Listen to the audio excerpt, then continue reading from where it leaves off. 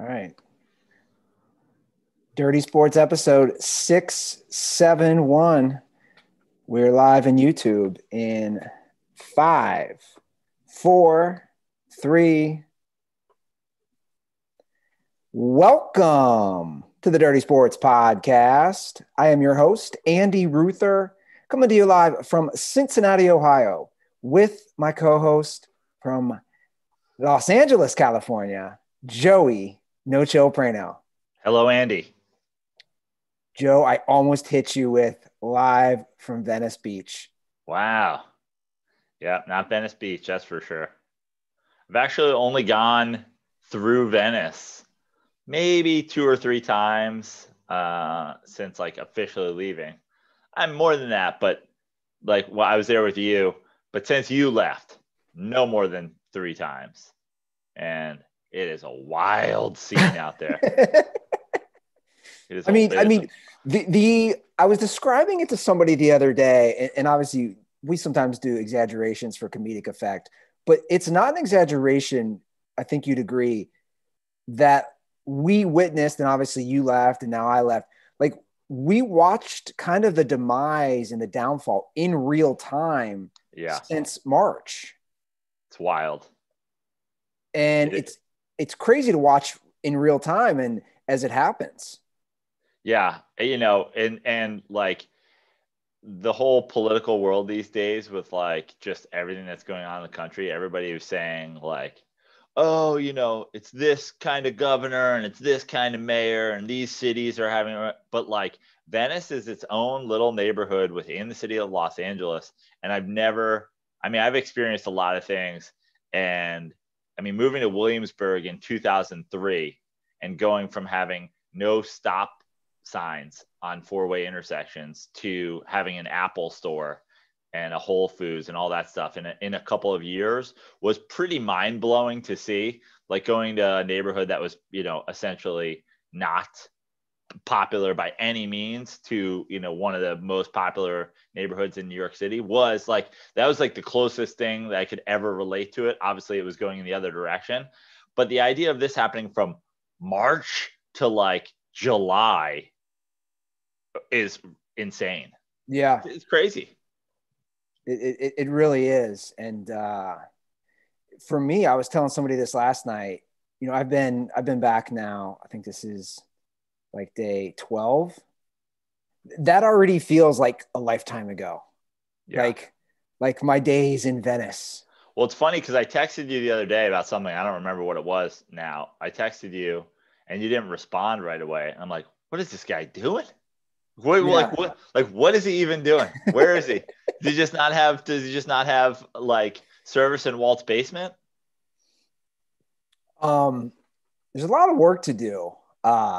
I was just telling you that before the show. Like, now that I'm in this house, not just the actual work within the house, out the house, but my parents have 40 years of stuff in this house. Yeah.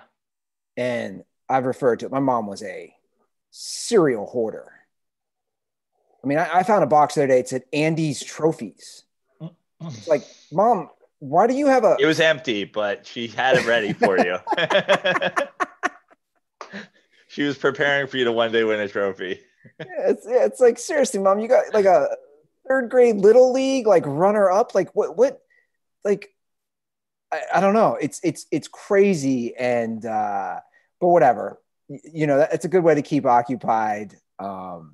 Because when it's 50 degrees and overcast every day, this is the other side of the quality of life. That's for sure. Now, let me ask you something about Cincinnati. Is it borough fever? Like, is it Joey backdoor insanity there? Well, I'm not really going out much. I know, but it's not like palpable everywhere you go. There's just people in Joe Burrow jerseys. I will say, if you go to the local Target or go to the stores, obviously there's number 9 jerseys everywhere.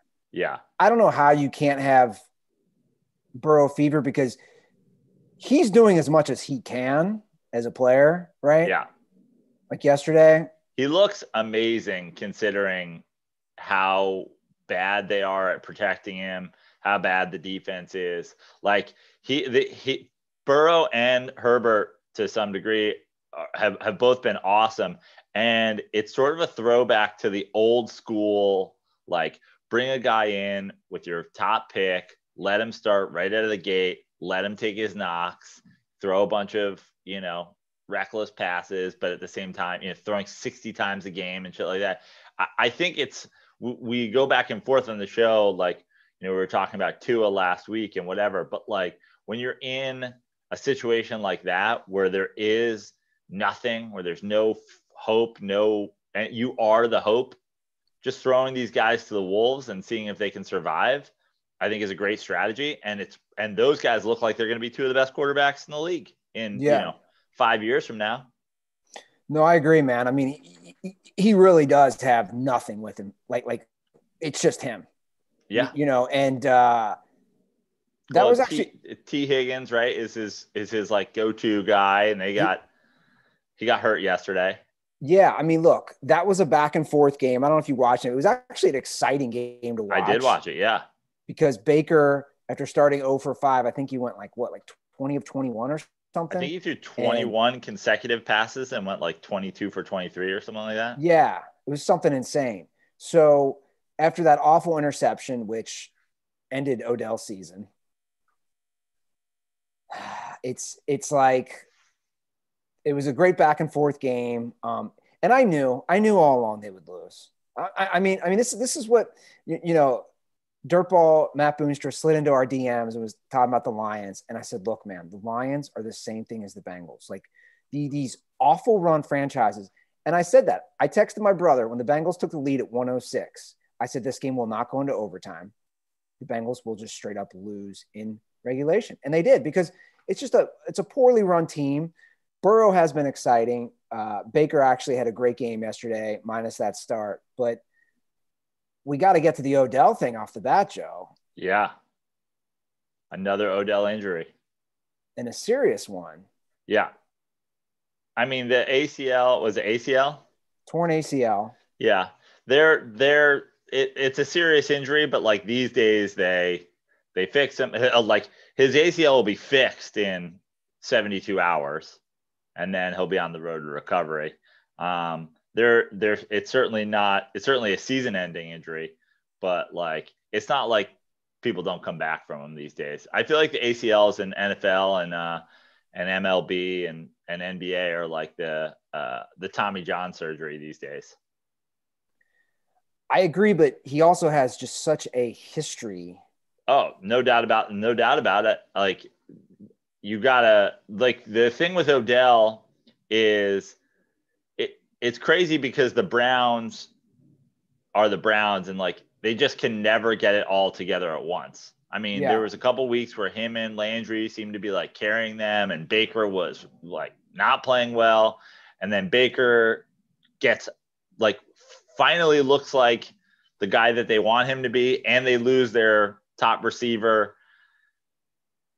I mean, the Browns are fine right now. You know what I mean? Like record wise, but yeah.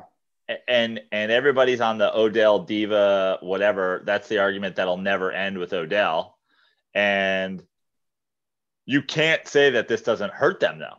Like, I think that their ability to win playoff games or make the playoffs or whatever is significantly hindered by losing Odell Beckham.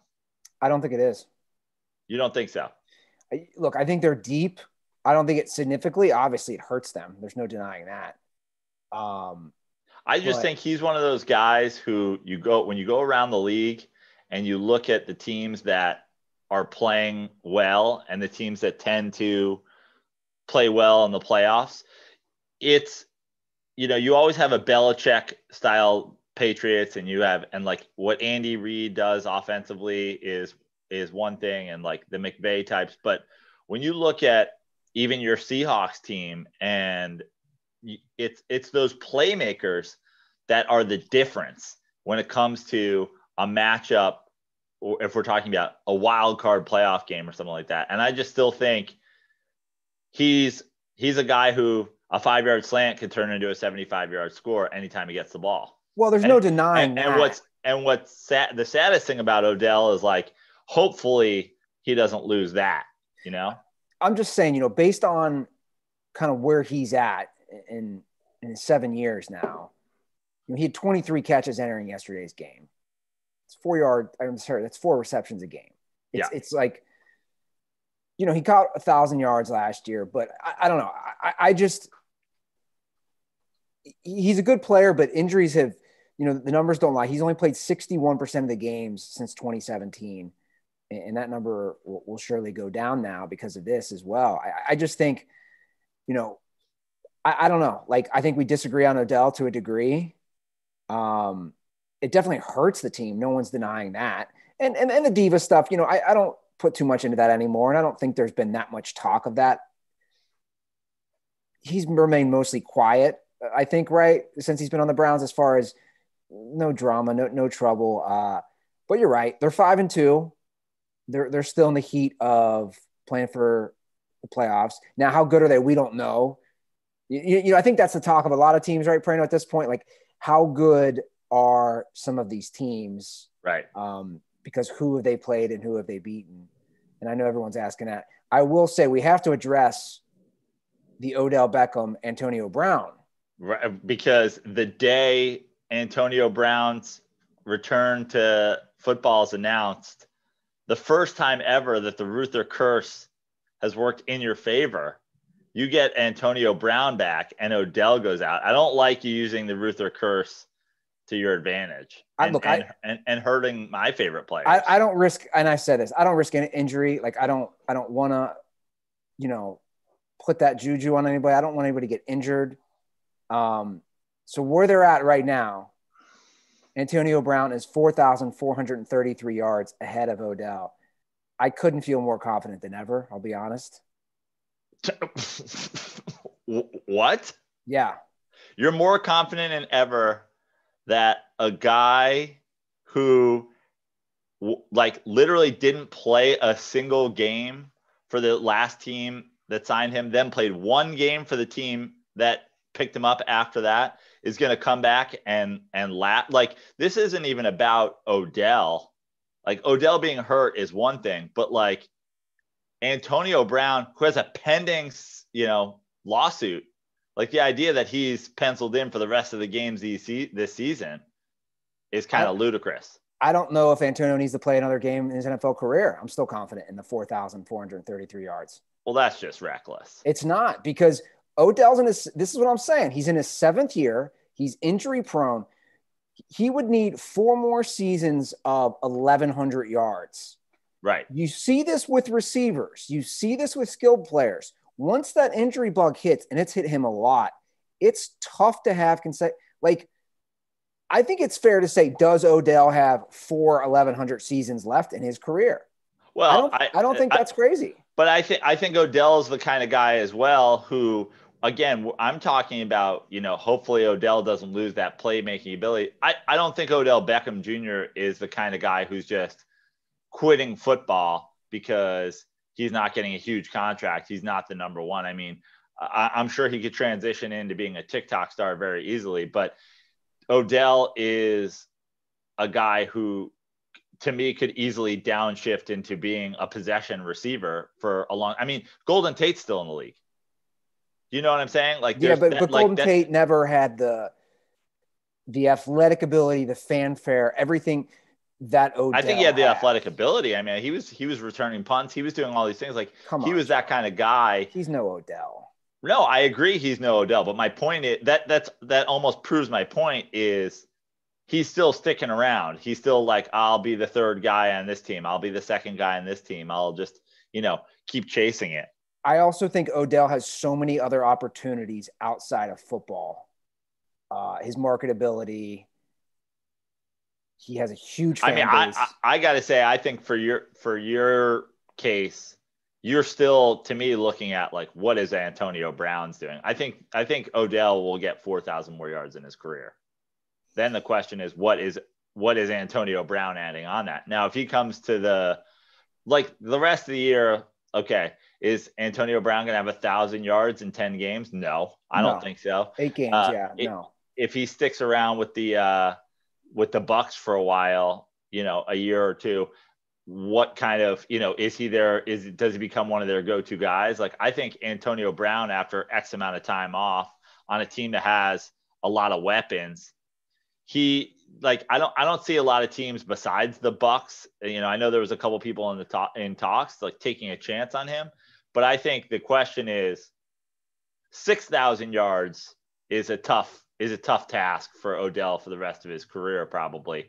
Does Antonio Brown stockpile 1,600 yards for the rest of his career? I don't know. Well, let's just get to the signing. I mean, it shocked everyone. I don't know if it shocked you. Like, I was hanging out with my brother Friday, and he got the alert, and he said, "You're not going to believe this. The Bucks just signed Antonio Brown." And I was dumbfounded. I kept, what? Is this real?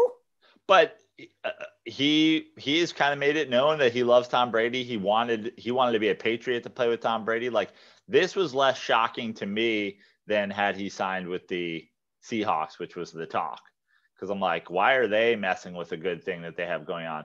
Meanwhile, the Bucks kind of having like, we're going to have all the weapons. We're going to get Gronk to come out of retirement. We're going to sign Leonard Fournette. It just seems like the Bucks are going for this. They're using Tom Brady in the LeBron way. Like, we'll take every guy that was once good for less money because they want to win a ring.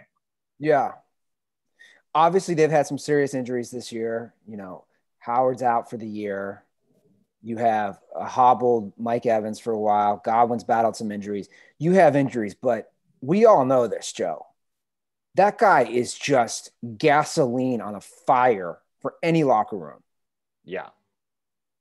But the most he can earn, it's not really a financial issue because the most he can earn is $2.5 million. So it's a very small lump of money. Yeah. And I think it's high risk, but it's also high reward. Like, it's going to be a tough offense to cover if he can come back and be 75% of his best self. Yeah. If he's returning punts, if he's like, there's so much to the Antonio Brown thing. Now, again, the conversation, people don't want to talk about it. I think there are people who, at this point, whether it be politics and whatever, just want to ignore anything other than like, Antonio Brown is a great receiver and he's back with the Bucks, but like, he has a domestic violence lawsuit pending. And it sort of goes back to the thing about the NFL. And I'll say it a little bit, like, Tom Brady at this point is just like, bring me your terrible people with terrible baggage. You know what I mean? Like, Tom Brady's kind of like openly fine with this at this point. Yeah, look, I've seen a fair amount about that, how little's been talked, and I've also seen some editorial pieces that have been critical of Brady openly recruiting a guy who's involved with domestic abuse, multiple offenses, some bad things. I guess my question would be, like, where do you draw the line? And we've said a lot of stuff on the show in the past, but I think at this point, you either just have to not watch football if you're fed up with it, or just accept it. Because I think the amount of players who have a lot of bad baggage or domestic abuse or violent histories, I think it's pretty high in the NFL. Yeah, I mean, I think the bottom line is there's always going to be somebody to sign. Jerry Jones is out there lurking. Like, there's always going to be the guy who will do it. I think the sad reality is, unfortunately, I think there are some teams, not that many, but I think there's a handful of teams that put themselves above some of those issues. And they say, like, we won't go after a guy who does that kind of thing. And unfortunately, that, like, having a conscience about who you sign puts you behind the eight ball, because there are people out there who don't care. And so there's always going to be good talent that's sitting around, and you're shooting yourself in the foot by saying, we're not going to pick up the guy because we don't want to answer questions about, does this mean we don't care about domestic violence? Meanwhile, Tom Brady's like, imagine punching your wife with all these rings. Look at all of them. Antonio, get one of these. Knock her out, dog. We see this in all forms of professions, right? Like we see this especially in the arts with acting and music and comedy. And my point is, I think people, this is where I agree that there is blatant hypocrisy, of the actor who continues to get the role, who's involved with something. You know what I'm saying? Like, it's like Sean Penn has a bad history, right? Yeah. With things like that. Sean Penn is also a brilliant Academy Award winning actor. It's not hurt his work over the years. So we see it. My question to you would be, who are the teams who don't make that? Who have been the vocal teams or the teams who have stayed away from guys like this? Because I couldn't name any. I mean, I think that, to be fair, we suck. And this is probably a part of it. But, like, look at the Giants. The Giants just refuse to do this. I mean, I still hate the Odell Beckham thing. I mean, Odell Beckham didn't even do anything wrong. They're like, we don't want anything to do with Odell Beckham because he gets upset on the sidelines, and I think that you can take that too far. And, they did have Lawrence Taylor on their team for years. Right. And Lawrence Taylor had a drug problem and was, using hookers. Like, we're talking about, this is 1986. Like, you were in New York. Like, I bet you the entire New York Giants team had a drug problem. Like 1986, Super Bowl New York team. Like, this is the 80s, dude. Yeah. But I mean, when you look at a team like, for example, the Steelers, I mean, another example of a team that, like, they don't really stand for this unless it's their white quarterback, and then they're like, well, come on, like, we're not gonna cut anyone. What took us to a Super Bowl? We're not gonna cut it, But that's why there's tons of hypocrisy in the league as well. But there tends to be, whether it be teams, whether it be coaches, whether it be whatever, who, like, kind of take the stand on this stuff.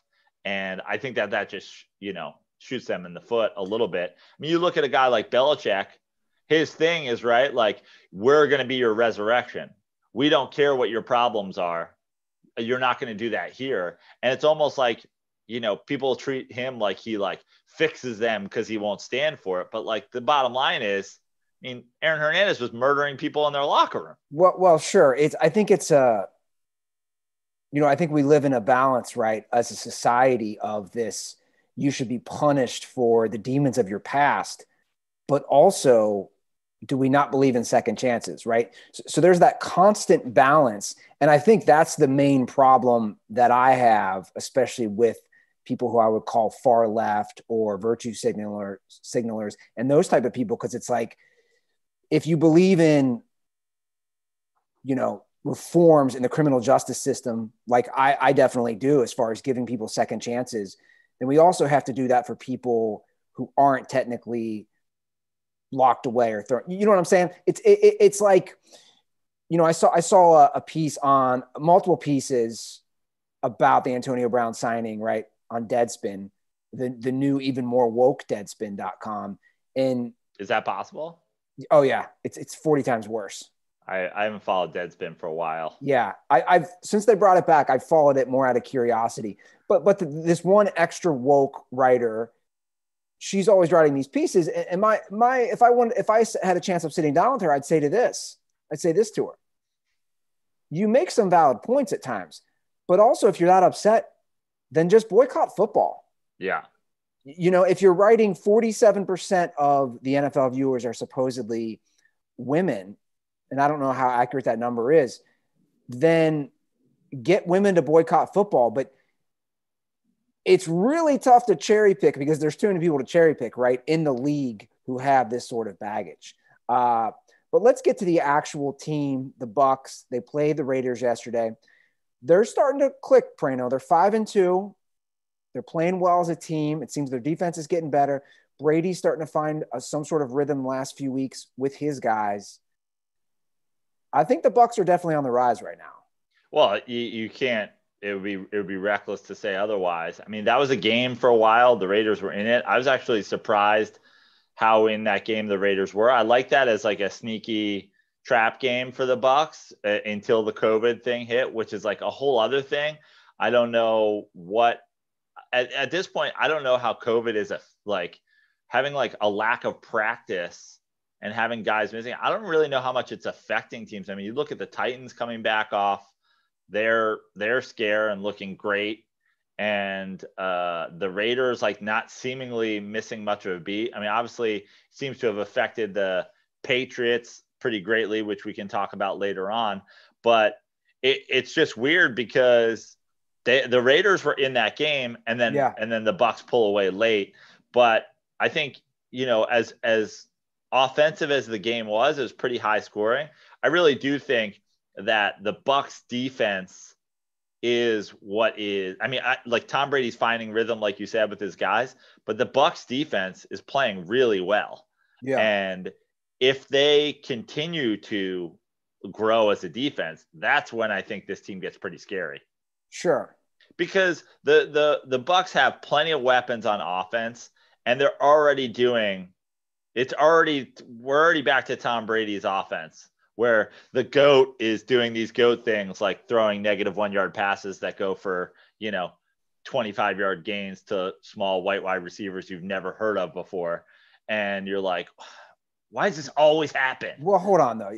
Before you disparage Brady, he threw some dimes yesterday. No, yeah, absolutely. But that's kind of the Brady story, right? Is like he kills you with the little dinky donkey stuff, and it just sets up him throwing, great passes. And he absolutely threw a dime. But that shows how good he is. I think at this point, well, there's a few things, and obviously we loved all these storylines heading into the season because of the Jameis Winston situation.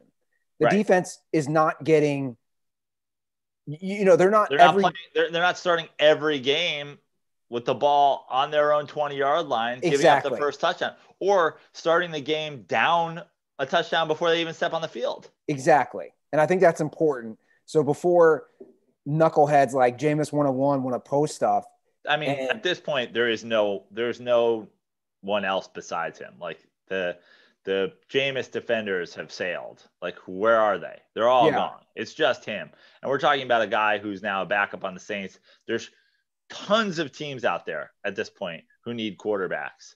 Jameis isn't getting paid that much. If people thought he would have been a Cowboy if he was. I was just going to say the right Cowboy if he was competent.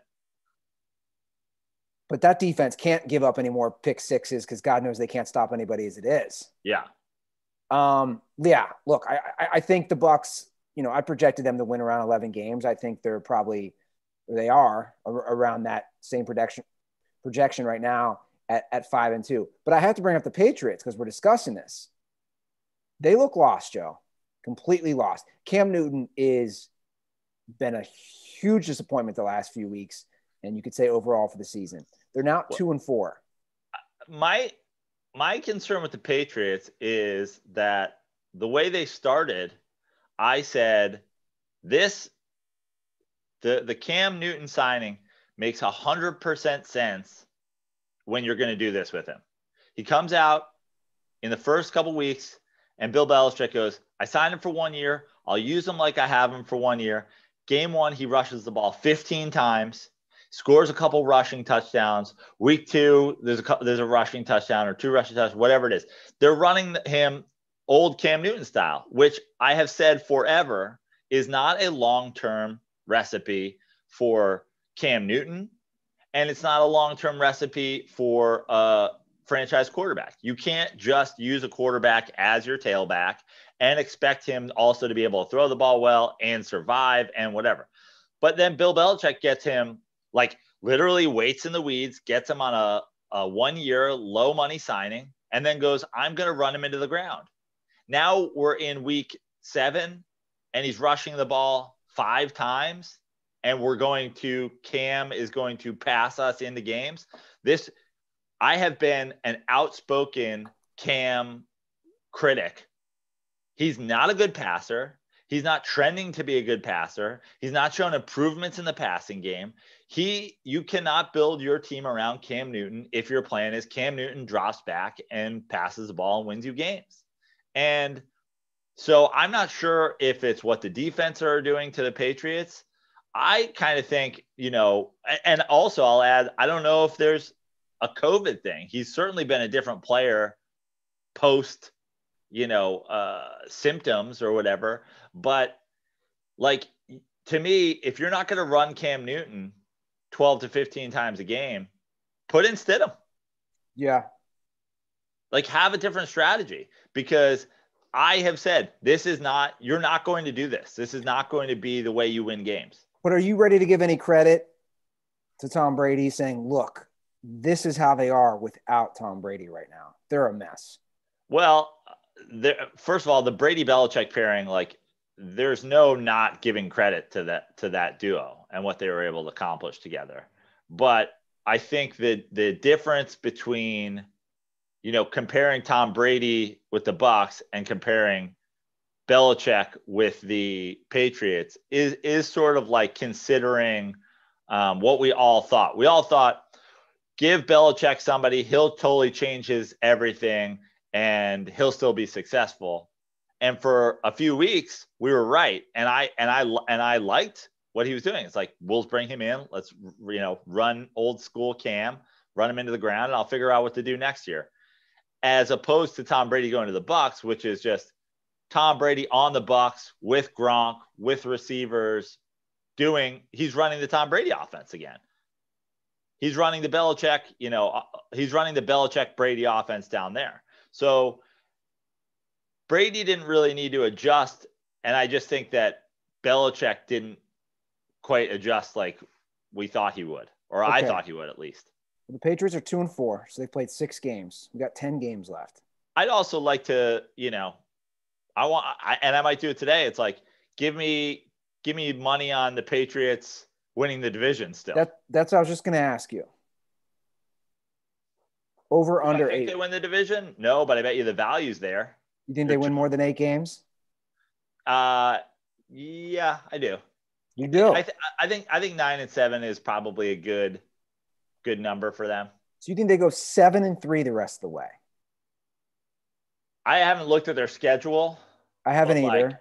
But when you look at the teams that they've beat and the teams that they've lost to, like, they went out and pounded the Raiders. Like, the Raiders are pretty good. Yeah.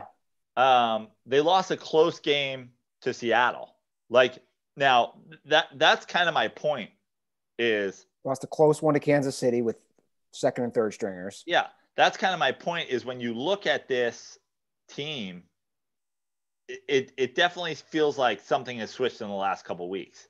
Is this a post-COVID Cam? Is this just them getting away from what they're doing? Is this just that they snuck up on some teams early, which I don't know how that's really possible. I mean, they're the New England Patriots. Are they sneaking up on people? Yeah. To me, the thing is, if you're not going to use Cam that way, then what are you doing? I just think Bill Belichick is smart enough to know Cam isn't a good passing quarterback. Cam is not keeping you in games, dropping back 25 times, 30 times. You need to play a ball control offense, play defense. I mean, I just kind of thought they would be like a way more ground and pound style. Are you ready to give a little respect to the Pittsburgh Steelers? 6-0. I mean, I have said that I didn't know who the Steelers were because of their competition so far, but I think the Tennessee Titans are really good. And I think just the fact that the Steelers won that game, however it may have ended, how can you not give them credit? Yeah. There's something about the Steelers team to me, and maybe it's the offense. Like, I think their defense is fantastic. Their offense just seems like scary and spotty to me, but again, they're winning games. So at this point, they've won all their games. They're the only undefeated team left, and they beat a team yesterday that I think is very legit. So how do you not give them credit? Well, they were dominating 27-7. Yeah. Tennessee, as they always do, come back. Really, really good team as far as the heart they have. Tough break, obviously. Gostowski's been a debacle this year. as a kicker. Yeah. But their defense is really good, man. Yeah. That's, I think the Steelers being built on that. And that's a good game plan. Obviously you have an aging quarterback. They have weapons on offense. Connor's still good. Obviously their receiving core is good. Roethlisberger is Roethlisberger. He's not what he once was, but I mean, there's plenty of proof that teams, you put a good defense out there, you're able to run the ball, and you put a competent quarterback out there who doesn't have to do too much, you can certainly win the Super Bowl. Look, I guess the question is, at 7-0, like right now, gun to your head, is it where, if the game's played in Pittsburgh or on the moon, do you think they could beat Kansas City in a playoff game? Well, they're 6-0. I mean, no big deal, but they're 6-0. I'd still put my money on Kansas City because Kansas City overall, their defense, this isn't the same Kansas City defense that is going to give up 30 points a game. Right. Their defense is a good, formidable defense. And the special teams played great yesterday. Obviously, there was that great kick return that I had the wrong player on and got destroyed on Twitter, and I didn't back out of it. I did enjoy your doubling down of. Well, it wasn't even I guess you can call it a doubling down. It's just, I had that game on the one TV and I had all the other games on the big TV, and the small TV was muted. And, again, I'm watching a lot of games at once. I'm watching at times 5 or 6 games at once.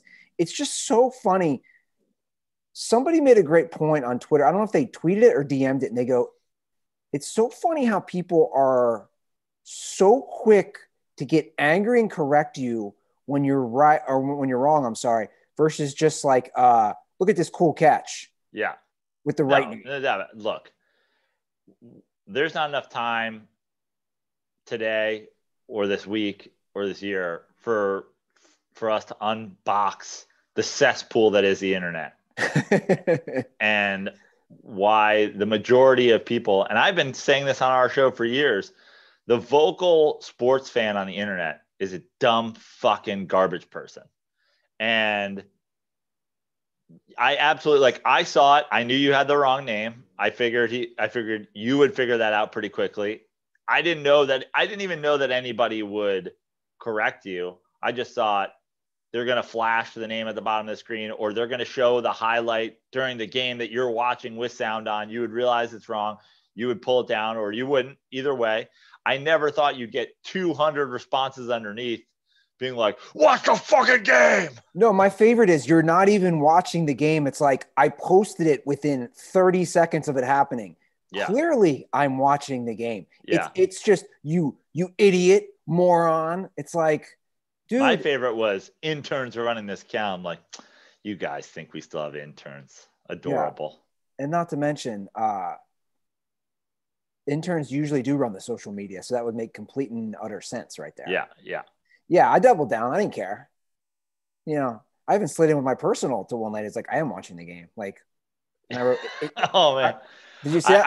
I also did notice that this weekend. I was like, Andy Ruther's. I haven't seen a lot from Andy Ruther's personal account. And then you were threatening violence against young Sheldon. I was like, he's back, baby. I was not threatening violence. All I tweeted. I almost did like the looking around the corner, like, oh, here he is. Look who it is. All I tweeted, you have to agree. Young Sheldon, of all the TV characters, has one of the most punchable faces. Well, you should watch Big Little Lies.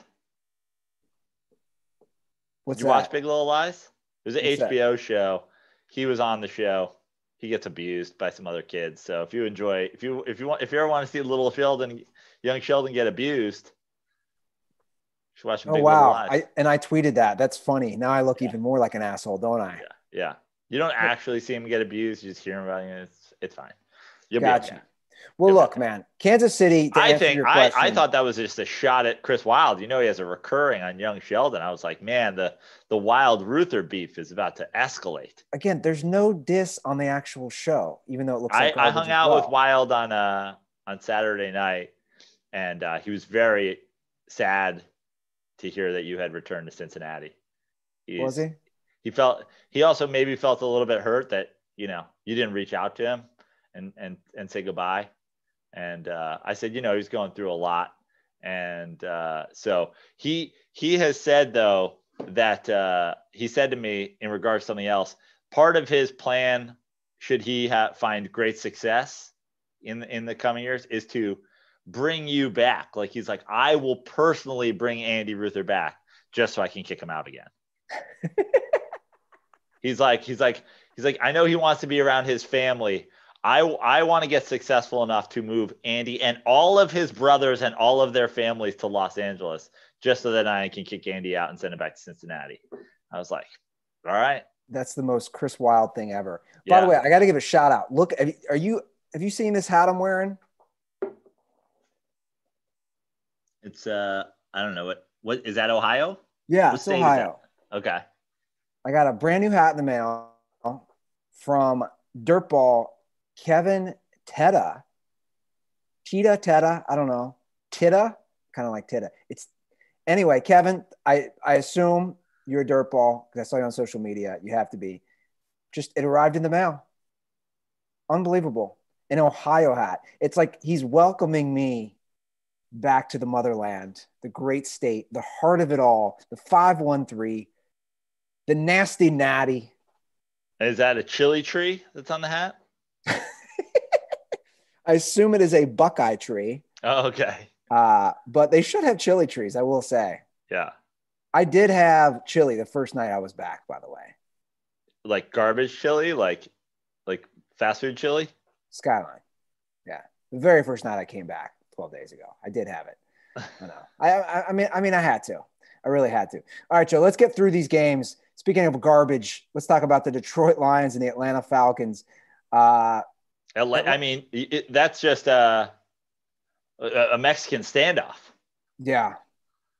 The idea that Todd Gurley, the Falcons have the ball with a minute left, down 2. All they have to do is center the ball and kick a field goal for the win. Instead, they score a touchdown and still lose the game. Is insanity. The games that Atlanta has lost this year already through just 7 weeks, I've never seen this many weird, wild endings. The one against the Cowboys, wasn't there another one that was crazy? Yeah. I mean, they've blown multiple big late leads. Like Gurley doing that, you know what that was? And I'm just going to say, it always goes back to something sexual. Him doing that is like when you pull out just a second too late. You're like, oh, man. I should not have done that. And we've all been there. And you're like, this probably won't burn me, but if it does, it's going to ruin my life. Yeah. You're like, oh, that's what it was. Todd Gurley forgot to pull out. What's amazing, though, is we've seen this. I mean, Ahmad Bradshaw did that in the Super Bowl. And what's amazing, though, is with the Falcons, people are like, oh, what? You just got to go down and then you can field goal and you can win. It's like they scored a touchdown. They're up now. If this wasn't the Falcons, you'd be like, the game is still over. And of course it's not. Of course they lose the game. This is just I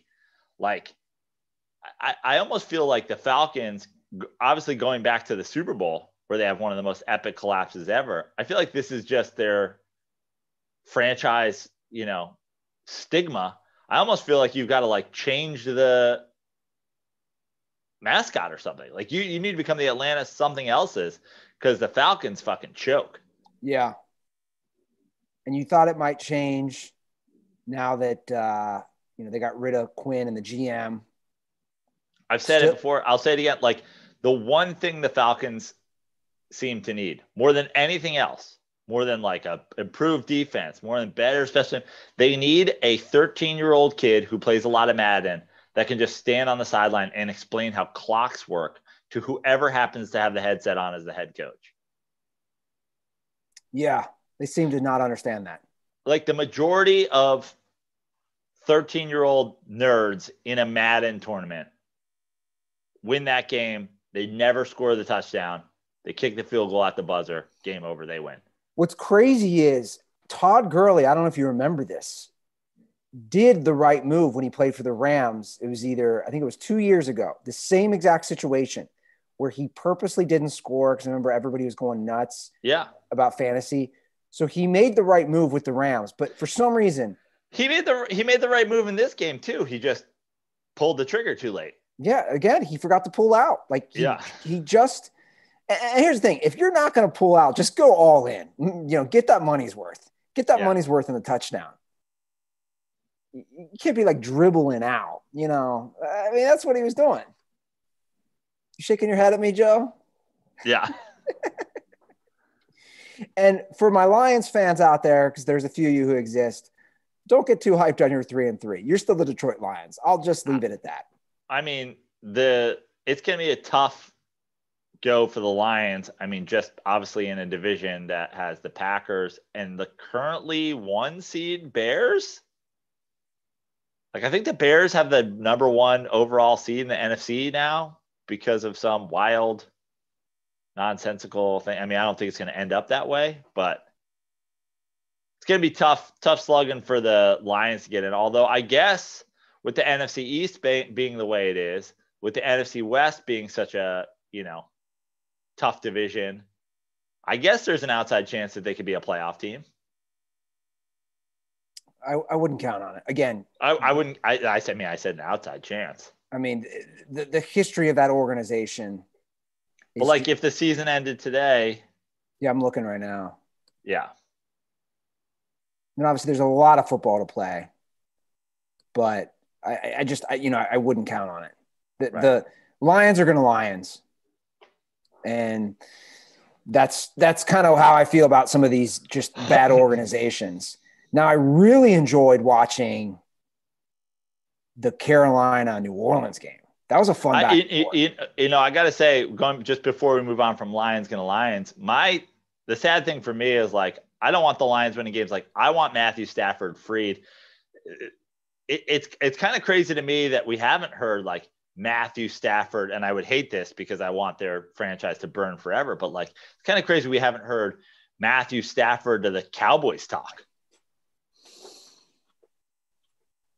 Cowboys are such a mess, man. From Texas.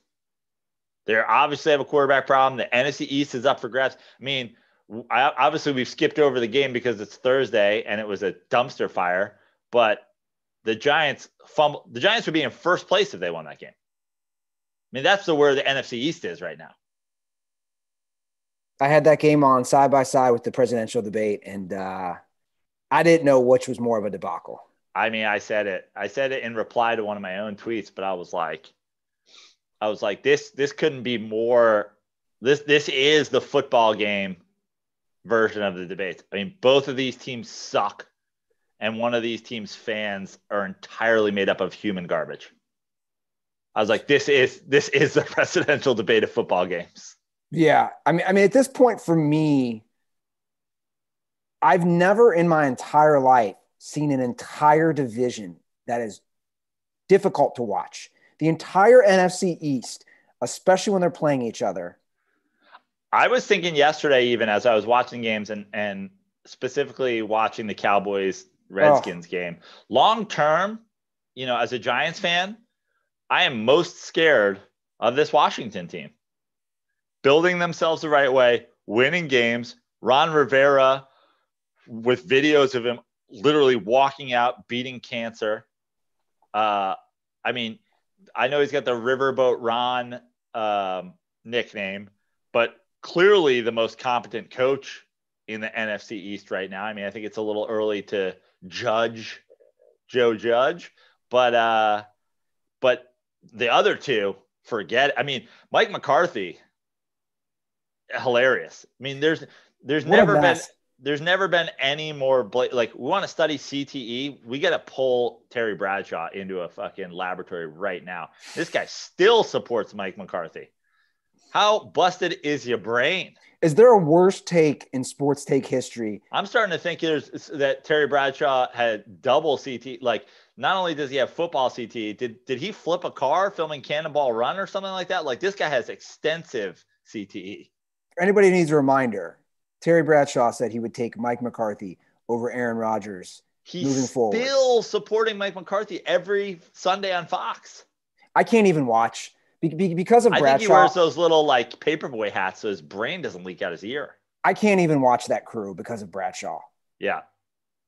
And Terry Bradshaw seems like a nice guy. Yeah, I just but like what is the weird sickness? Like, did him and Mike McCarthy like go into an underage brothel? Like what pictures does Mike McCarthy have of Terry Bradshaw? Mike McCarthy, I mean, I said it when they hired him, but like what a joke. He just looks lost. Are. Yeah. When you watch the Cowboys games, and obviously he's wearing a mask, so you can't see his entire face.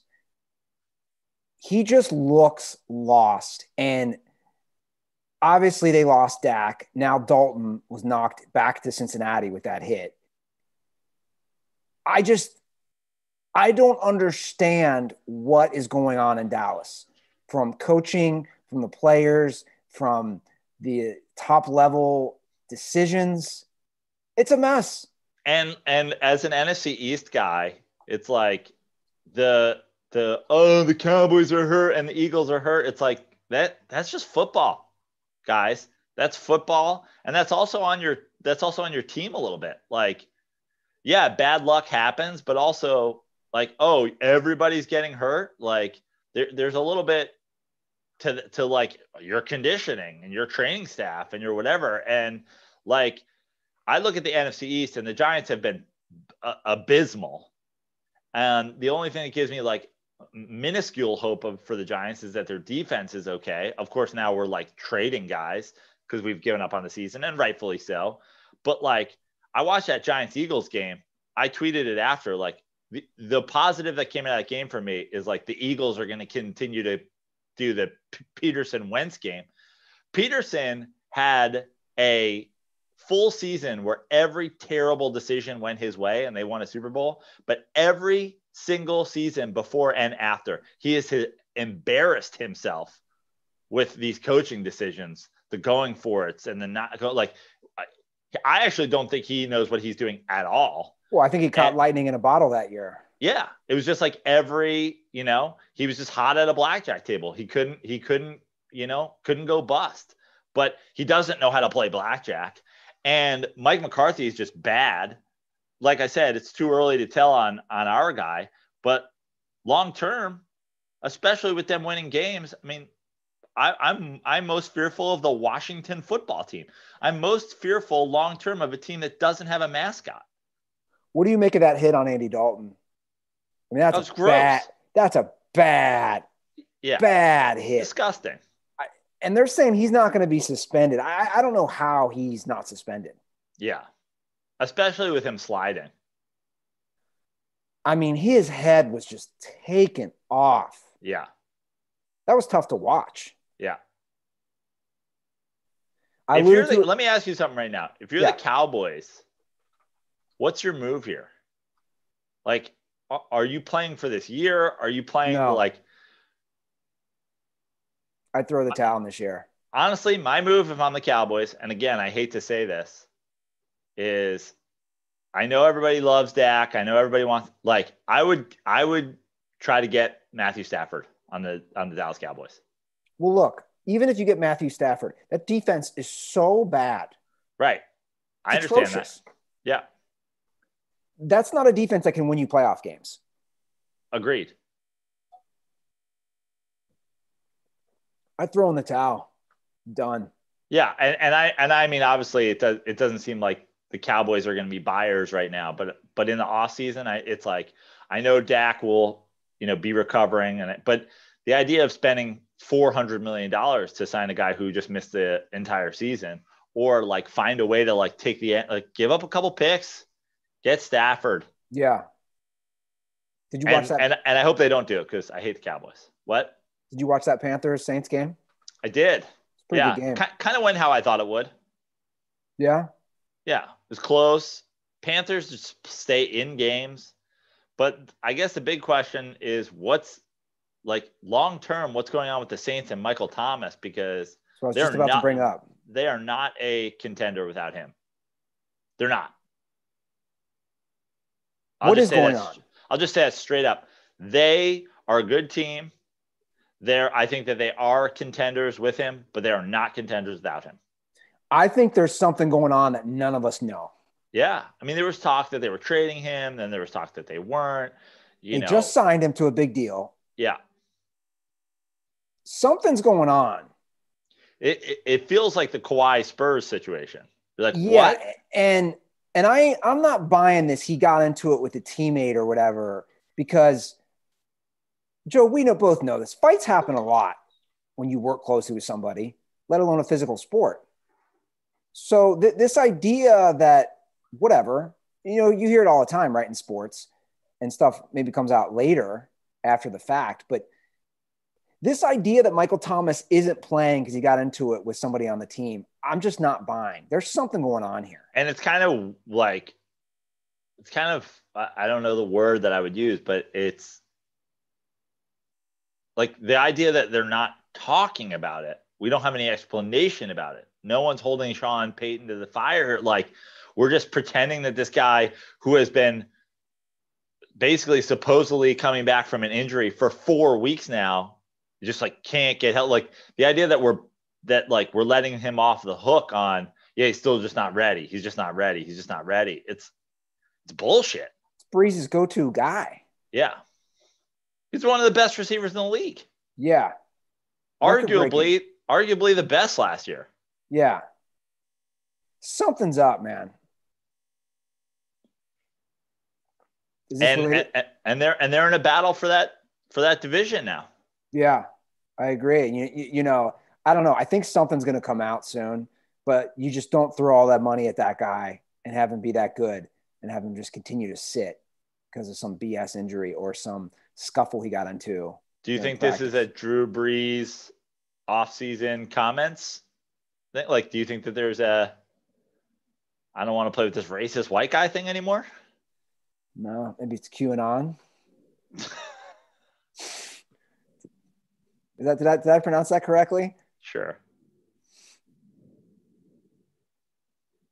Bro, the internet's a crazy place nowadays. It's a cesspool of garbage. You can go down some rabbit holes. But yeah, I'll be curious to see what comes out of that. Your boy Aaron Rodgers looked great yesterday, and goddamn was Devontae Adams simply amazing. Played just phenomenal. I feel like, and look, I obviously can admit when I'm wrong, and there's, it took the Steelers being the last undefeated team for me to say, like, yeah, they're legit. And that's just, look, it is what it is. I mean, I don't even necessarily think it's kind of admitting when you're wrong. It's just like, I'm just going to tell you what I see. The one thing I don't understand, it seems like the Packers are still getting this from a lot of people. Like, I think the Packers have looked fantastic. Obviously, they have one loss, to bad loss to the Bucks. But why are people sleeping on the Packers still? I don't know if people are. I said it right, even myself. After that, I said we all have bad weeks. It happens all the time. To me, they're still the most complete team in the NFC. Defense. Let's do this. Who are your legit NFC contenders? Who do you think from the NFC could appear in the Super Bowl? Obviously, no NFC East team. Yeah. Packers from the North. Do you think the Bears could legitimately end up in the Super Bowl? I mean, their defense would have to really take it even farther next level. I'm going to say no. Okay. From the South, you think the Bucks could end up in the Super Bowl? I do. The Saints, if they figure out a Mike Thomas? Yeah, they figure out the Mike Thomas situation. Otherwise, I think we kind of agree, probably not. Yeah. The West, I mean, we've got your Seahawks. No. You don't think the Seahawks could appear in the Super Bowl? Not with their defense playing the way they played last night? Not even close. That defense is awful. I mean, they showed that stat of them only getting 20% pressure. They're only one out of every 5 plays. We're not even talking sacks, pressure. That defense is so porous, no chance in hell. Rams or Niners? I'd still put more money on the Niners than the Seahawks right now. Because to me, they're a more complete team, even with all the injuries. So do you think that the Niners are the most complete team of the NFC West at this point? Well, it's crazy. You know, the Cardinals. Obviously, we're going to get a look at the Rams tonight that we haven't got. Yeah. This is a big test. This is kind of make or break for the Rams and the Bears. In some way, at least if one of them comes out and really shows us something. Look, man, I like the Cardinals a lot. I think obviously losing God, why is his name forgetting me? The defensive lineman they lost. On the Chandler Cardinals? Jones? Okay, yeah. Losing him was huge to the D line, but you know, and they gave up a lot of points. Like the first half last night, where they gave up like 375 yards to Seahawks, and they picked it up in the second half. But I don't know. The Rams are an interesting team because they've only beaten the NFC East teams. Right. Again, tonight, the Rams and the Bears will have to show us something one way or the other, unless it's somehow a medium pizza bowl. But we go back to the Packers, which we were talking about. They look great, dominated that game from start to finish. Rodgers looked great. Devontae Adams, after last week, comes back last week. Seemed like they forced him the ball a little bit. Maybe wasn't all the way back. In a way, besides the pressure that they were getting on Aaron Rodgers, it's like, to me, that was a big factor in the game. I mean, they say, Vince Lombardi says 5 big plays in every football game determine everything. I just thought there was a couple of plays in that Packers-Bucs game that go the other way, and at least it's close, and then anything can happen. Devontae Adams, another week back, and he looks great. They clearly have a connection. I think the Packers are a tough out for basically anybody in the NFC East. In the NFC. Yeah. It's going to be a tough out, especially if it happens in Green Bay in a January. Now we can move on to the Cardinals Seahawks game, which I know you were heavily invested in as a big-time fan of basically all the teams in the NFC West. Well, I'm obviously a big-time fan of Russ, and I think we're both big-time fans of what Kyler Murray's been able to do and how he is progressing as a player. Look, that was a weird game because which is the Seahawks basically only play. Yeah. The Seahawks dominate offensively. Again, their defense is trash. Russ throws a few awful interceptions. One, Metcalf's. I mean, that game's not even in overtime if the Terminator doesn't hunt down, Buddha on that interception. I mean, I don't know how many times I watched that. It was insane. It was incredible. I've never seen anything like that. Yeah, it was incredible. So I went back in the last few weeks. He's a machine. It was like a Terminator. It was Terminator 2. Yeah. I went back and I looked at all this stuff on Metcalf in the last few weeks, as far as the scouting and the drafting. That he fell to the second round it's still mind-boggling. Like, questions about when you have a physical specimen like him, the big question was about like his route running and stuff. Like, yeah, sometimes these guys overthink it. Absolutely. Yeah, Ross had some. But really know what? It's also a good situation, obviously, for him. And like, I don't know if we're talking about DK Metcalf like this if he doesn't fall and he's on the Browns. Sure. You know what I mean? But I think he is an absolute freak specimen, and he's shown that on numerous occasions. He's just bigger, faster, stronger than every single person that lines up against him, and it's not close. Yeah. Look, obviously, Russ had some great throws, and he had some horrific throws. And I think the Russ thing yesterday was a tale of two halves. Obviously, he looked great in the first half, and then this is. I think he still throws for 3 touchdowns. I think he's got like a 5 touchdown lead maybe on Rodgers for, in the passing leaders. Like, he's still obviously very much in the MVP conversation, But I think the Cardinals coming with pressure late in the game, especially fourth quarter and overtime, Russ was bad. Just bottom line, Russ was bad in the fourth quarter and overtime. Took a bunch of sacks after not taking a sack the entire game, bunch of pressures, throws a pick to lose the game essentially. Like I think when you look at the Seahawks, they flashed a stat that, and I know everybody loves to, for some reason, kind of criticize Pete Carroll, but that's the first time they've ever lost a game like up 4 late in the game or whatever. They were like 56-0 under Pete Carroll, like some crazy thing. Like Pete Carroll doesn't do the meltdown. Like no, he wins close games straight up. He wins close games. He's a good coach. And I think that in the end, like the Cardinals offense, obviously a lot of weapons. Kyler Murray and Hopkins connection is, otherworldly at this point. I mean, I don't know if you saw the clip of him smiling when he sees DeAndre Hopkins in one-on-one before he throws that pass. They love each other. He's got Fitzgerald, a nice little, security blanket.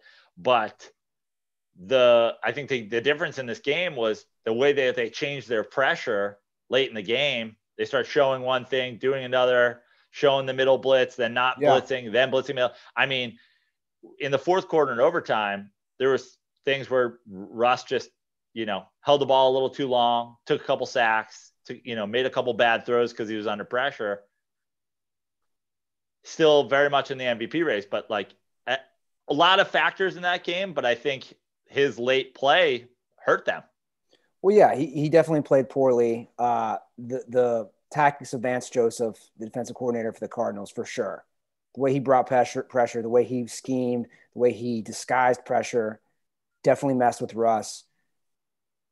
I do have a couple coaching, not to like nitpick, but on both sides. The Seahawks are winning. It's 3rd and 2. You're at a little over a minute and change. Joe, I hate the tailback dive. I just, Carson's not in, he's hurt. When you have a guy like Russ, why are you not doing some sort of rollout or QB bootleg? You know what I'm saying? Like in that play, what is Russ' strength that he can be mobile? He can run with his legs. He can maybe avoid guys and then do a quick dump off. I absolutely hated that series because it was 3 straight handoffs. To me, it was old Seattle. And I get that Russ wasn't playing his best ball at that point. But you know what I'm saying? Like, to me, Russ can do a 2-yard dump out to Olsen or Disley or Hollister or Lockett. You name it. I hate that play call. And on the other end, I felt the same way. I felt both at the end and then also in overtime, like Kingsbury's being so conservative with his runs. And I'm saying, dude, your kicker just missed a field goal.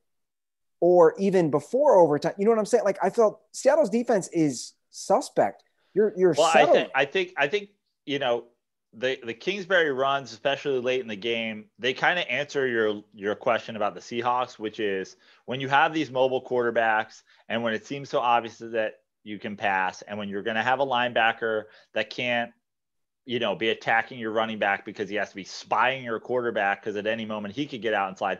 Sometimes taking advantage of that by running the ball in sort of obvious passing or mobile quarterback situations can work. Obviously, Kingsbury late in the game, they get that nice run, which was crazy. They get that nice run and they have to spike the ball with 2 seconds left just to kick a field goal. But like that was in a way a ballsy run, Sure. like that you have to get up and you have to spike the ball there. And I think that's a great example of the situation that, Pete Carroll or Schottenheimer or whatever is trying to take advantage of, which is when you need 2 yards and everybody thinks that you're going to pass it, running the ball is easy to do.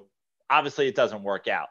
Now, my problem with Kingsbury conservative wise was in that overtime, like the kicking on 2nd down, like why don't you just drive down and score a touchdown if you can?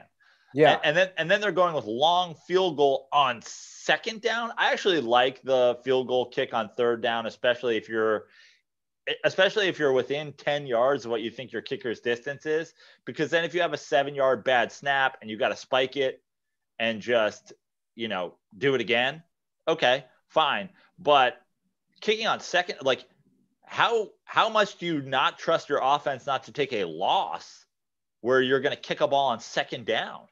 And it almost cost them the game. Yeah. And again, because their offense was pretty much moving the ball at will. But hey, at the end of the day, it's a huge win for them. Yeah. A huge win for Kyler Murray and for Cliff Kingsbury and that team. They're now 5-2. I mean, they're right in the thick of it in that division. And without a doubt, the best division in the NFL. But yeah, it's going to get really competitive, right, with all those teams. Yeah, absolutely. And, we didn't really talk about the Niners game. Obviously, we talked about the Patriots and their lack, but the Niners are putting it together quickly. And they really look like they were down and out. I mean, obviously, they've gotten a lot of injuries, but they're right back in the mix now. Well, Seattle plays the Niners next week in Seattle. And again, my look, Seattle's defense is awful. It's bad. Like, I wouldn't be shocked. Seattle started 5-0. This wouldn't shock me if Seattle finished like 11-5. Like if they go 6-5 down the way, because the competition gets way harder. There's only so much your offense could do. And, I think Collinsworth said it best. Like when Seattle's offense dominates like how they did in the first half, and you're like, wait, they're only up 10? Right. Like when you put up 375 yards of offense. So I don't know. I mean, look, I think not having Jamal Adams hurts them a lot. Yeah, I was going to say their defense has to be better, and their defense has to be better. And again, this is not me criticizing your boy, and everybody loves to hate on me for, my Russ comments, but everybody wants to let Russ cook. I don't think that there's any worse strategy for the Seahawks winning a game than Russ throwing the ball 50 times. So that's really not on their offense as much as it's on their defense. But that's not what you want. That's not how Seattle's going to win games. Well, I don't want any quarterback, to be honest, throwing 50 times. Right. I don't want Aaron Rodgers throwing the ball 50 times if I'm a Packers fan. Right. But I just think, to me, that is on their defense. Like that means that their defense isn't stopping anybody. But at the same time, it's like, what makes the Seahawks and what makes Russ great is the running game and him being able to go downfield off of play action. And once you get into a straight up, we're dropping back and we're passing game, now pressure is being brought. Now everything's like, it just totally changes their offense, and it takes away his superpower, and I just think that's, you can't have that. And that starts with you being able to stop somebody. Yeah. I mean, regardless, that was definitely one of the most entertaining games we've all seen in a while. It was awesome. Especially with the jinxing themselves with the timeout. And it was going on precisely as the baseball game was ending. There's a lot of sports happening there. I was going on 2 TVs. No, I know. It was a wild week, and it was a great way to end a wild Sunday. But Joe, now it's time to move on to our all-time favorite underdog success story. Movement watches, Joe. Did you get your watch? Got my these are my movement sunglasses right here. My watch is in another room, but I'm rocking. I got my movement sunglasses here. I got my watch and I got my sunglasses. Guys, we love our movement watches. We love our movement sunglasses. Movement was founded on the belief that style shouldn't break the bank. Prano, get this. They've sold almost 2 million watches worldwide by bringing quality designs at fair prices. Let's see what you got movement. there. I love movement. I got these. I forget what they're called, but these are the highball sunglasses. I got a little tortoise shell frames. So this is what I got right here. I got my watch is the Odyssey Axion. I'm sorry. And then I got... Sounds like a space shuttle. Look at this. Look how great this watch looks. Yeah. And then I got a pair of aviators. They're the Runaway aviators. Look at these. Look how fresh I look in these. They look like Maverick. I mean, just give me an F. What is he? F-14? Is that what he flies in the movie? Sure. F-16? Give me one of those. Guys, look how great we look. Movement is a great gift. It truly is. Because you know what? You don't have to break the bank when you get any of their products. It's a great gift for a loved one, family member, friend, you name it. Movement watches start at just $95. You're looking at $400 for the same quality from a traditional brand. They've sold almost 2 million watches in over 160 countries. Right now, Dirtballs, you get 15% off today with free shipping and free returns by going to movement.com/dirty. That's MVMT.com/dirty. Movement's launching their new styles on their site all the time. So check out the latest at movement.com. So go to movement.com/dirty. Join the movement.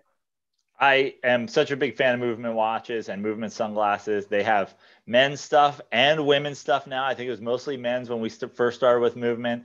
So really, guys, I always talk about with my football picks about value, about how there's some picks that you might not think this is a winner, but the value's there. You got to. The value on these Movement watches and these Movement sunglasses, it truly is like really fancy stuff for like a value price. If you're trying to get your mom, your dad, your girlfriend, your boyfriend a gift for the holidays, a watch for $100, a watch for $125, not to mention our 15% off, a pair of sunglasses for $100 that look like legit designer sunglasses. I mean, if you're not shopping for Christmas presents on Movement, you're doing something wrong.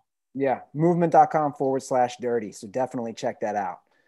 Okay, Prano, the World Series. Wow, this has been a wild one, huh? Mm-hmm. It's fun. It's fun. I like it. 3-2 Dodger lead after the most epic, wild ending that I've seen in a long time after Game 4 when the Rays come back. The most Ruther-esque thing ever happened. The both Ruther-esque? Yeah, that night. Well, tell me. I'm hanging out with someone, and then I'm really tired, and they had to walk their dog. And I said, the ninth inning just started. I go, the Dodgers are going to win. And I go, if you're heading out to walk your dog, I'm just going to leave at the same time. I go, Dodgers won. Nothing's going to happen. I'm driving home. I get a text message. It was a one-run game. It was a one-run game, and for the last 7 half innings, somebody had scored a run. I know. That's why it was the most Ruther-esque thing ever. Me being like, is Ruther-esque now just a synonym for fucking stupid? Yeah. It was like, the Dodgers are going to win. I'm tired. I want to go home. Driving home, get a text. You might want to check out what happened at the end of the Dodgers game. It was, I mean, obviously, Roberts goes to Jansen, reckless in my opinion, and I could go down that path if you wanted me to, but blows the save. But then the reckless base running, duffed, play at the plate. He scores after he falls down. I mean, that was one of the craziest things I've ever seen. Ever. It gave me flashbacks, to the throw in the Mets World Series game where Darno couldn't catch it, and obviously they lose the World Series on that play. But the guy falling down the third baseline, all you have to do is stop the ball. You don't even have to catch it. You just have to keep it in front of you, and you at least go to extra innings. And I mean, he scores wild, makes it 2-2. Obviously, Dodgers go up 3-2 last night with a great performance by Kershaw. They escape. Now, let me go back. The Dave Roberts you have played, somebody has scored a run every half inning. The idea that you're not going to save a guy, and also the idea that Jansen's even better in this situation than leaving Graterol in or whatever, I don't know how to pronounce it. Gratterall. It was reckless and it cost them the game. They get to Game 5, they get a great Kershaw performance. They get a win. That one was close. I mean, this is a back and forth series. And now you've got potentially Buehler on short rest for Game 6. And you're going, you're sort of going bullpen game, which I could argue either way. I think that's got to be a conversation that you have with Buehler if you're Dave Roberts, and maybe he did, although it doesn't seem like it the way he announced it that he did. But I love the Rays' chances of getting into a Game 7. Yeah. Well, Kershaw's played great. He's pitched great, I should say. He's finally, for the most part, somewhat getting rid of those demons, right? I mean, I think I saw the stat. That's the first time he's gotten 2 wins in a postseason round. Yeah. So there's some truth to the, postseason failure for sure. But obviously he also has the most strikeouts in postseason history now. Like, he's been there. The Kershaw postseason woes, it's like he's been there so much that he's actually pitched pretty great overall. It's just because he's been there so much, he's got more than a normal amount of kind of meltdown games as well. Yeah. Well, but he's done. He, unless there's a Game 7 need I still don't even think you probably get a Kershaw bullpen appearance, but he's basically done. He's done his job. He's gotten you 2 World Series wins. And now you've got look, it would line up for a Buehler Morton Game 7. I know that's getting ahead of ourselves, but if you're the Rays, your goal obviously has to be to get to, we'll worry about that when we get there, but you got to kind of get through this Dodgers bullpen game. Yeah. And that's it. And it's a dangerous game to play because Roberts has gone to the bullpen a lot. And this is a scrappy Rays team. The more they see these bullpen guys, the better off that they're going to be. Whew, you got to go Buehler Game 6. How can you not? They're not. Rest? He's not. No. It's already announced. Goslin, or whatever his name is. Ryan Gosling's pitching for the Dodgers? Yeah. Kate Goslin +8. Look, we all know how suspect Roberts is. And you and I have said it all along. If they win the World Series, neither of us are ready to give him any credit. They're going to win in spite of Dave Roberts. Yeah. And I think at this point, sort of, we've argued with a lot of Dodgers fans over the years, but it seems like most people are on that train at this point. I mean, Schiavelli's now on board, and he was the most adamant Roberts defender. So at this point, I think everybody agrees. I mean, there's no doubt about it. And as much as I like this Rays team, this Dodgers team is stacked. They're so loaded. The idea that you're going in, going into a Game 6 3-2. We've been here before, Dodgers fans. And there's no lead safe. Yeah, and there's no reason it should be. You're absolutely stacked. Winning in spite of Dave Roberts is obvious at this point. How much weed does Cody Bellinger smoke, by the way? Is he not the ultimate bro? Yeah. I honestly think he's such a modern professional athlete, bro, that I bet you he doesn't smoke any weed. I bet you he's rubbing it into his pores and cream and taking pills and he's just yeah, man, you don't know about weed bracelets, dog. You just wear this bracelet, and the weed just goes right in your bloodstream. It's crazy. You don't have to mess with your lungs. And is it just me? Because the Dodgers. But he clearly seems high the whole time. Yeah, he seems high. It's in his pine tar. I just feel like everything Cody Bellinger, it's in the headband he wears. It's just going into his bloodstream in various forms. They're all bros, Cody and Corey. Like Seager is it just me? I've seen him mature before our eyes, like facially. Yeah, yeah. He was such a baby face when he joined the Dodgers, and he still is. But he filled out size wise. Yeah. Who's your MVP? And he's been insane. Is he your MVP? Yeah, absolutely. The Dodgers win. Yeah. He's been incredible. He's been so clutch. Yeah.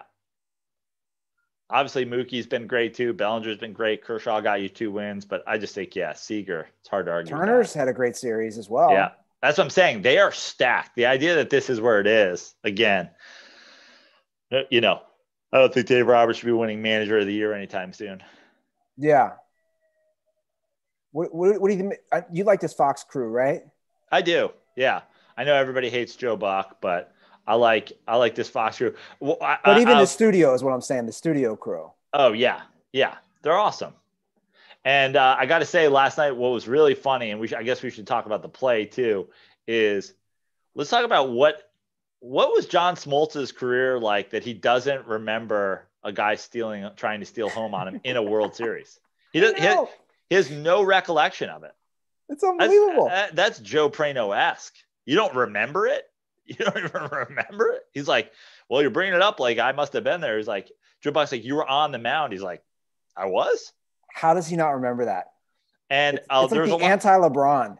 Yeah, there's a lot of talk about that decision by Margot to try to steal it. I loved it. And it's great.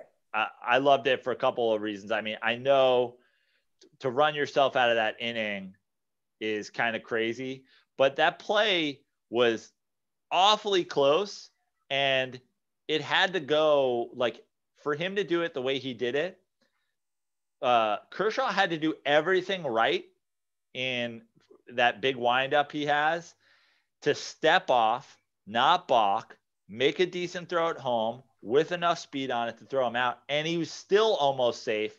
And also, you know, you kind of got to double down on the reckless base running. He shouldn't have advanced to third on that. Like, I mean, if he had gotten up and gone right away, it wouldn't have been close. But the idea that he recklessly ran, he waited for Taylor to have the ball before he goes to third. I'm almost like, okay, you kind of should have been thrown out at third. You're playing with house money. Go for it. And also, even though it, you know, obviously kind of cost them the inning and may potentially cost them a run, the momentum swing that could have come from it being successful, I love the play. I loved it. I love it. You got to be aggressive, man. Yeah. You're the underdog. I mean, being aggressive on the base paths and running yourself out of innings is generally a very, very bad idea. But again, you're playing with house money. You shouldn't have even been on third base. You got there with aggressive base running, and just you are the underdog in this. And the momentum potential of stealing home on what it could have done to Kershaw is just almost worth the reward, you know, worth the risk, I should say. Yeah. I love it. I really hope we get a game 7. I really do. You know, obviously I'm rooting for the Rays. But even if I weren't, even if it was just whatever, even though I was rooting for the Dodgers, like minimally, I just want a game 7. I want Morton Buehler. I hope the baseball gods give it to us. That's what I'm rooting for. I don't care who wins. I'd rather that, you know, the Dodgers win as long as I can sign up for a game 7. It has been weird without fans at a World Series. Yeah. Although there's plenty of fans there. Plenty. How many fans do you think are there? 20,000? No. You don't think so? Not even close. I feel like there's a lot of fans there, and you can hear them. I bet it's like 10,000. You able to find the attendance? I'm going to look it up right now. I mean, 20,000. That place probably seats around. Game 5 had 11,437. Okay. So yeah, they're loud. It's Dodgers fans. You can tell. Yeah. I imagine the Rays 11 fans aren't traveling. Oh, such a weird state of sports without the whole fan thing, right? Yeah. Isn't it going to be weird when you can just go to a game? I'm interested to see like when that happens without restrictions, and then also like what percentage of the people. I mean, I think you and I are sort of we're on one side of the fence, but we're also the kind of people that are like, we'll probably go back to sporting events at some point. But there are people, I don't want to say left of us, but there are people on the more cautious side of us that like, yeah. What percentage of fans do you think just like never go to a sporting event again? There's got to be a small percentage of those people. I think that's going to be very small. That like never go again. Yeah, I mean, look, I'm going to be cautious, of course. Um, I have learned that people in Ohio do not know how to wear masks. Yeah. It goes over the nose, not just the mouth. And under the chin. Yeah, over the nose. Yeah. Like I don't know. Like it's like why are you half-assing it? It's Like, I don't, still a thing, man. It's still it's crazy that we're still here. It's still a political decision. It's just mind-boggling that we even have to say that, but it's still a thing. There's still every day I see a new Karen or Kyle video of some guys or girl who's upset, getting yelled at a store, tearing things apart. Like it's just wild. It's like, and to me, it's I just go, I just want to go to a baseball game again. I just yeah, like can we all just play ball, for lack of a better term? Can we play ball for like a month and just see what happens? Like we tried it your way, guys. We tried it sure. your way, and cases are on the rise everywhere. Can we just try? Can we flip the script? Can we try it the other way a little bit? Yeah, and obviously, like for me, it's so close to home, I uh, know. personally that it's like I don't know. I don't want to say stuff, but it's. I'll be fully honest here. It's really tough if I see somebody not wearing a mask when they should to not say something. And it's not even about lecturing or being mad. It's like, dude, my dad died because of this. Yeah. It's like it's such a simple thing, but I agree with you. I think. I mean, I think that's what, to be totally honest with you, I think that's what makes some people just bad people, is because everybody at this point knows somebody or knows somebody who knows somebody. Like, but this ain't Kevin Yeah, Bacon. This isn't the Kevin Bacon game. We're not 6 degrees away. At this point, you either know somebody personally or you absolutely know somebody who knows somebody personally. So yeah, to be 2 degrees and still do it, you're a fucking asshole. That's it. yeah, This is no longer a science decision. This is no longer a I don't believe. This is no longer I'm sick of breathing my own CO2. You're a fucking asshole. The end. And yeah. and look, I've always been the kind of person that says just embrace that. Just say I'm an asshole. Just say I'm a piece of shit asshole. But like don't do anything else. Don't when you're just a worse person for making some stupid argument. Well, did you see the thing? And I put this on the rundown, and I don't want to go too far into it, but I do find it interesting how it's just been buried about the Jacksonville Jaguars running back. No. I mean I know there was a guy there that's basically missed the majority of the season so far or got it. Raquel Armstead, not only did he get COVID-19, he's gone to the hospital. Like it's serious. Yeah.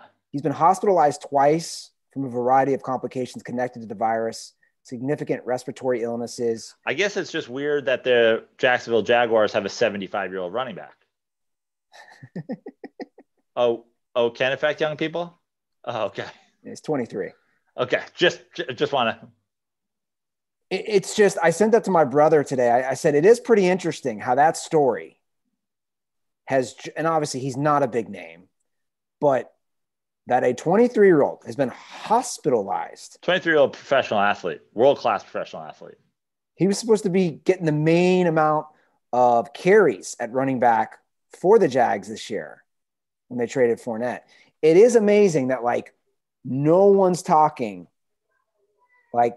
like you said, 23-year-old running Well, back. here we are, Andy. We're talking about it. We're the Corona Bros. I mean, I'm still cautious as hell. I mean, and you have to. I don't do anything. I don't do Yeah. anything. Like, I don't take my mask off on the golf course till I'm on the second tee, and that's it. That's my life. Yeah. What is there like to me? It's like, what is there to do? Like, I get wings delivered to home. I eat them. I'll go to like an outdoor spot. But like, you see some of these things, and to me, it's like I don't even like. It's not even a thing that where it's like it doesn't affect me that much because it's just like why would I put myself in this situation? I don't need to go bowling, man. Yeah. Well, it's just funny because I'm a comedian. The whole industry is over. I'm not going like, we need to do something. We need indoor open mics. I need to talk about don't you hate it when?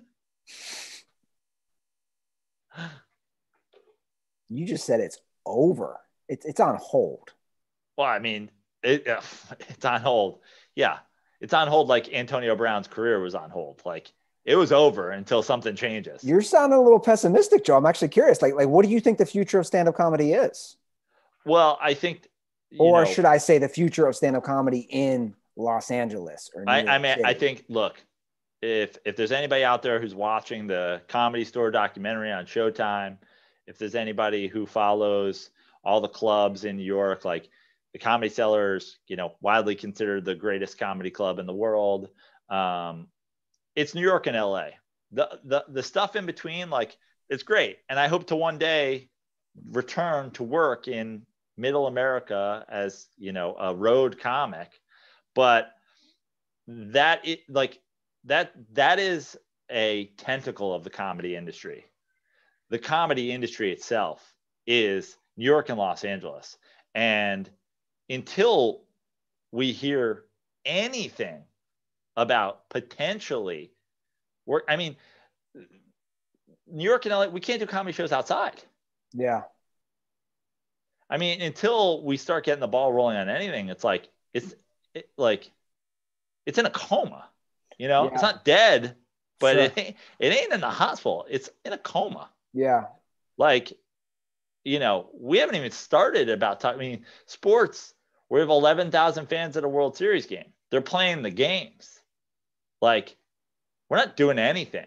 And like Zoom and all that is not a thing. And like, obviously I did a drive-in show a couple weeks ago, but that's like, there's one of those. Yeah. No, I think it's good for people to hear, from your vantage point. And I agree. The epicenter of stand-up comedy for the world is New York and Los Angeles. And like I said, if and watch it, the documentary, but like the things that come from those places, the Comedy Store, the Improv, the Laugh Factory, the Comedy Cellar, all that stuff.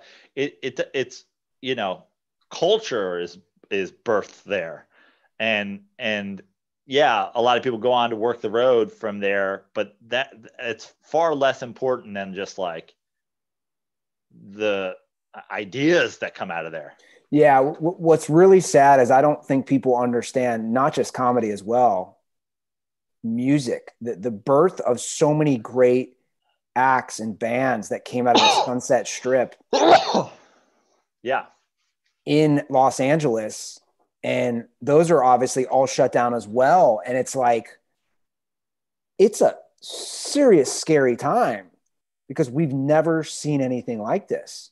And I don't think people understand that. The birth of all these great bands that came out of those venues on Sunset Boulevard, and a lot of them are going to be shut down. Maybe they could go somewhere else. We could start a new boom in a different city. But yeah, man, it's like, I'm curious to see what happens, and we all hope for the best, but it's a mess. Yeah. Do you want to wrap up the show with this last Michael Jordan story? Sure. It's kind of an I told you so for me and you. I think I'll let you do it. Why don't you give us the headline and then. The headline is Michael Jordan says he wouldn't survive the NBA during the social media era. Yeah, no kidding. Gambling at 3 a.m. the night before a playoff game in Atlantic City, like, doing God knows what, and then trying to cover it up with like I mean, can you imagine the Pizza Hut guys these days? Like, how quickly would the Pizza Hut guys be on Twitter and Instagram with like a picture of his Michael Jordan's order after he shows up hung over to a basketball game and is claiming like food poisoning and the flu and all this. I mean, just having to answer the questions. Forever we've been calling it the flu game. 25 years later, we're talking about it being food poisoning and blaming like none of that stuff gets through these days without having to answer a million questions about it. Yeah. So Michael Jordan recently told Alex Kennedy of Basketball News, Tiger played at his peak somewhere toward the end of my career. Then what changed from that time frame to now is social media, Twitter, and all those types of things. And that has invaded the personalities and personal time of individuals. Jordan went on to say, it's to the point where some people have to be able to utilize to their financial gain and things of that nature, of course.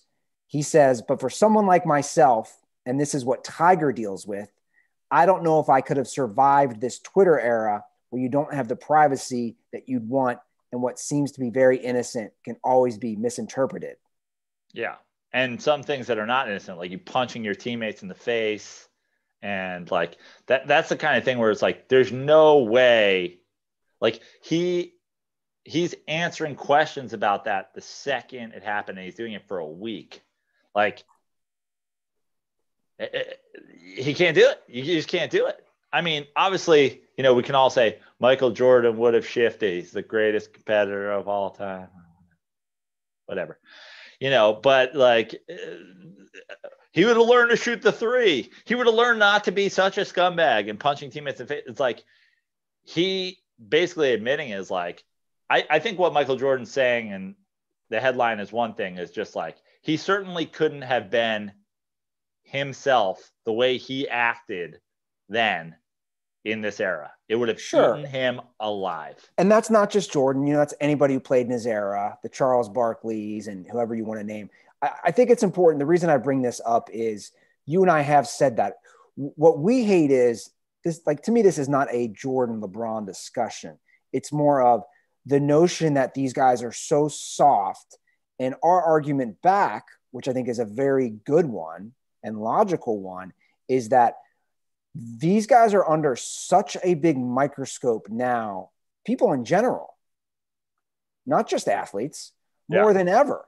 So when even the best player on name a team goes out and does something stupid in the nightclub or at the local grocery store, somebody's going to post it on TikTok, Twitter, Instagram, you name it. And that is the point, is that these guys do have so much more scrutiny.